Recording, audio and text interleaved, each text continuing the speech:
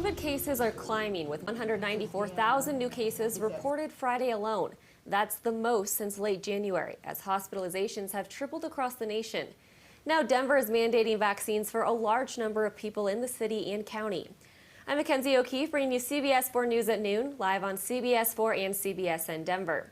The Delta variant now accounts for 82% of all of the cases in our nation. And Denver has just announced mandatory vaccines for city employees, as well as some private sector jobs like long-term care and child care providers. So here's the latest transmission map from the CDC, and even more counties have moved into that substantial category. We are waiting to hear from Governor Polis, and we'll go there once he starts. Governor Polis will be giving an update on the state's response, so we'll get to that in just a moment. Numbers from the state health department also show why there's increasing concerns. Our state 7-day positivity rate is now at 5.11%, and that's considered the threshold for cases being too high. That's even as we've seen a drop in the number of people getting tested. That number dropped by 7,800 at the end of last week. 314 people are hospitalized with COVID-19, and that has the city of Denver making a big announcement. CBS 4's Jacqueline Quinn joins us live, and Jacqueline, Denver is now requiring vaccinations for not just city employees, but others as well.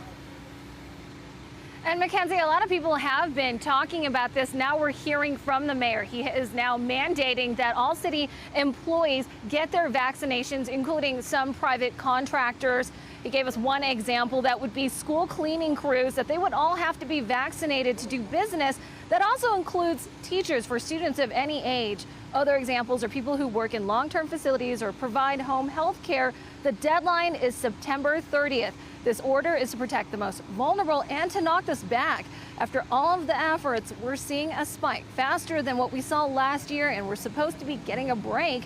Part of it is the Delta variant, but public health officials also note the drop-off in vaccinations, and the message was that this needs to change. The only thing that's going to get out of this is mandatory vaccinations. We are not going to mask our way out of this. We are not going to test our way out of this. We need to get people vaccinated. That is the only way that we're all going to pull out of this. So the warning was stark here. Really, if we don't see these vaccination rates go up, we could see what happened last fall repeat itself in Denver. I'm Jacqueline Quinn, covering Colorado First.